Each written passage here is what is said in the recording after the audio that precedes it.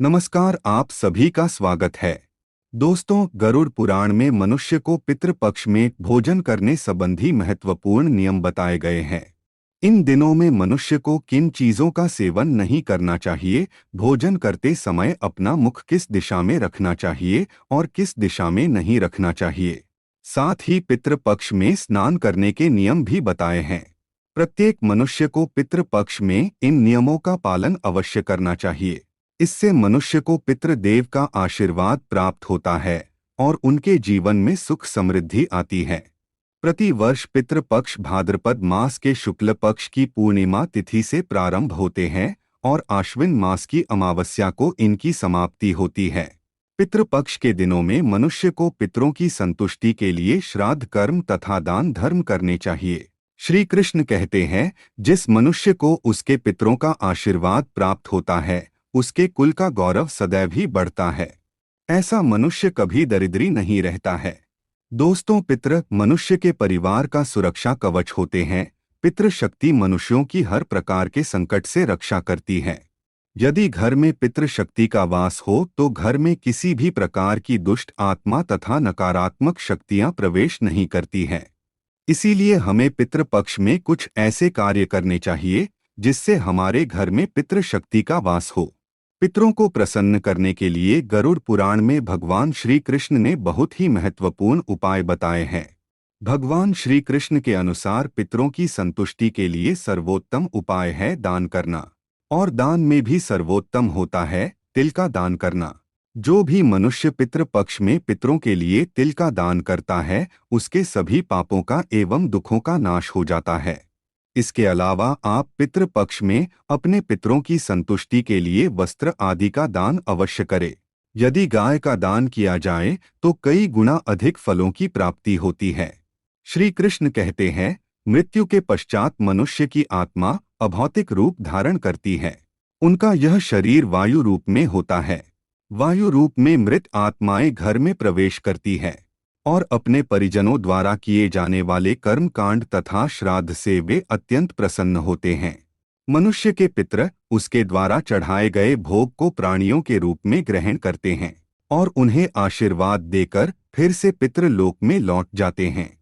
लेकिन जो मनुष्य अपने पितरों का सम्मान नहीं करता है, पितृपक्ष में श्राद्ध एवं पूजा पाठ नहीं करता है, उसके पितृ दुखी होकर पितृलोक में लौट जाते हैं। पितरों को दुखी करने के कारण मनुष्य के सभी पुण्य कर्म उसी क्षण नष्ट हो जाते हैं और उसे पितृ दोष लग जाता है। इसीलिए मनुष्य को अपने पितरों को कभी दुखी नहीं करना चाहिए। आइए जान लेते हैं पितृपक्ष में भोजन तथा स्नान करने के कौन से नियम बताए गए हैं। सबसे पहली बात है, पितृपक्ष में स्नान केवल एक वस्त्र धारण करके ही करना चाहिए। निर्वस्त्र स्नान करना अशुभ माना गया है। पितृपक्ष में स्नान करते समय अपना मुख दक्षिण दिशा की तरफ रखे और पितरों का स्मरण करते हुए स्नान करे। स्नान के पश्चात सूर्य देव को तांबे के पात्र में जल अर्पण करे और पितरों की आत्मा की शांति के लिए सूर्य देव से प्रार्थना करे।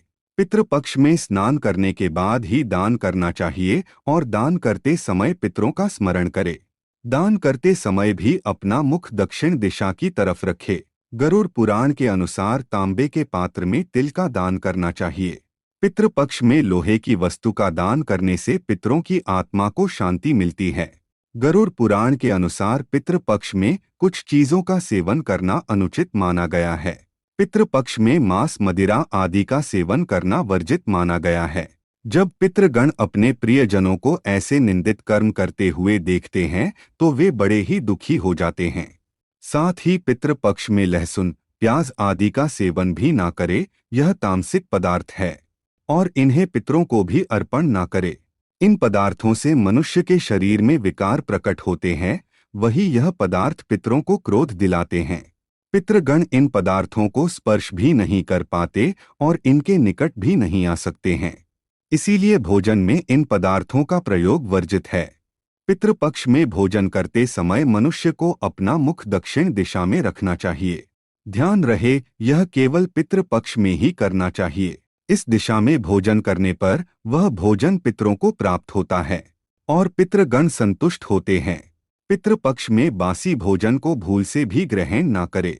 श्री कृष्ण के अनुसार जो भोजन सात्विक हो वह पितरों को अत्यंत प्रिय होता है। ऐसा भोजन मनुष्य की आयु बढ़ाने वाला, जीवन को शुद्ध करने वाला तथा बल, बुद्धि और ऐश्वर्य देने वाला होता है। इसमें गाय का दूध सबसे उत्तम माना गया है। रसयुक्त फल भी सात्विक भोजन की श्रेणी में ही आते हैं। दक्षिण दिशा की तरफ मुख करके भोजन करते समय पितरों का आवाहन करे और उन्हें नमस्कार करके इस मंत्र का जाप करे, ओम पितृदेवाय नमः। ऐसा करने से पितृदेव बहुत ही संतुष्ट होते हैं। पितृपक्ष में बिस्तर पर बैठकर भोजन ग्रहण ना करे। भोजन केवल जमीन पर बैठकर ही करे। शास्त्रों के अनुसार पितृपक्ष में चने की दाल और मसूर की दाल खाना वर्जित है। मसूर की दाल का श्राद्ध कर्म में भी प्रयोग ना करे, क्योंकि यह एक नकारात्मक व्यंजन है। इसके साथ ही सरसों के साग की सब्जी भी खानी नहीं चाहिए। तो इस प्रकार से गरुड़ पुराण में पितृपक्ष में किए जाने वाले महत्वपूर्ण नियम बताए हैं। यह जानकारी अच्छी लगी तो वीडियो को लाइक जरूर करें और कमेंट में जय पितृदेव और जय श्री कृष्ण अवश्य लिखे। साथ ही चैनल को सब्सक्राइब करना न भूले। आप सभी का धन्यवाद।